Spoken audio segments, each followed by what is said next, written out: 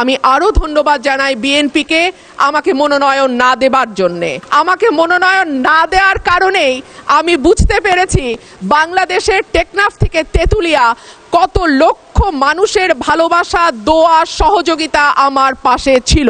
যাই হোক মাননীয় স্পিকার, আমার বক্তব্যের শুরুতেই আমি ধন্যবাদ জানাই মহান রাব্বুল আলামিনের দরবারে, যিনি আমার এই কঠিন যাত্রাকে সহজ করে দিয়েছেন।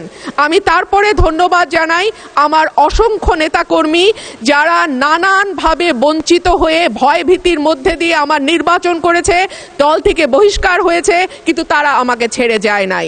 তাদের সকলের কাছে আমি কৃতজ্ঞ।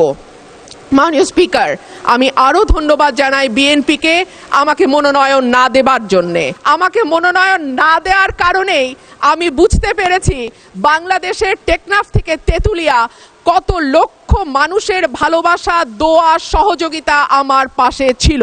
একটা দলীয় গণ্ডির মধ্যে থেকে নির্বাচন করলে এইটা বুঝবার সৌভাগ্য আমার হতো না।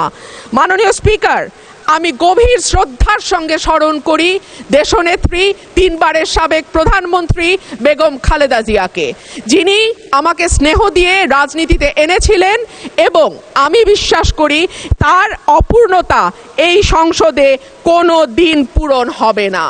মাননীয় স্পিকার, হাজার মানুষের আত্মত্যাগ, তার ফসল হচ্ছে আজকের এই সংসদ। এই মানুষগুলো কারা যাদের আত্মত্যাগের বিনিময়ে আমরা আজকে কেউ মন্ত্রী, কেউ এমপি, কেউ সরকারি দল, কেউ বিরোধী দল হয়ে এসে সংসদে বসেছি? মাননীয় স্পিকার, তাদের স্বপ্ন কি ছিল? তারা জানতো তাদের এই আত্মত্যাগের বিনিময়ে তারা কিন্তু কেউ মন্ত্রী হবে না, এমপিও হবে না। তারা ছিল সাধারণ মানুষ, একেবারে খেটে খাওয়া সাধারণ জনগণ বাংলাদেশের। তারা একটা স্বপ্ন দেখেছিল, একটা নতুন বাংলাদেশ তৈরির স্বপ্ন, একটা নতুন রাজনীতি নির্মাণের স্বপ্ন, একটা নতুন চিন্তার জন্ম দেওয়ার স্বপ্ন, এবং সর্বোপরি সকলের জন্য যেই ভীষণ রকম বৈষম্য আমরা দেখেছি গত কয়েক বছর, সেখান থেকে মুক্ত হয়ে সকলকে নিয়ে, সকলকে একসাথে করে একটা বাংলাদেশের স্বপ্ন। সেই সকল মানুষের কাছে আমি এবং আমি বিশ্বাস করি আমার সহকর্মী এই সংসদ সদস্যরা সকলেই কৃতজ্ঞ।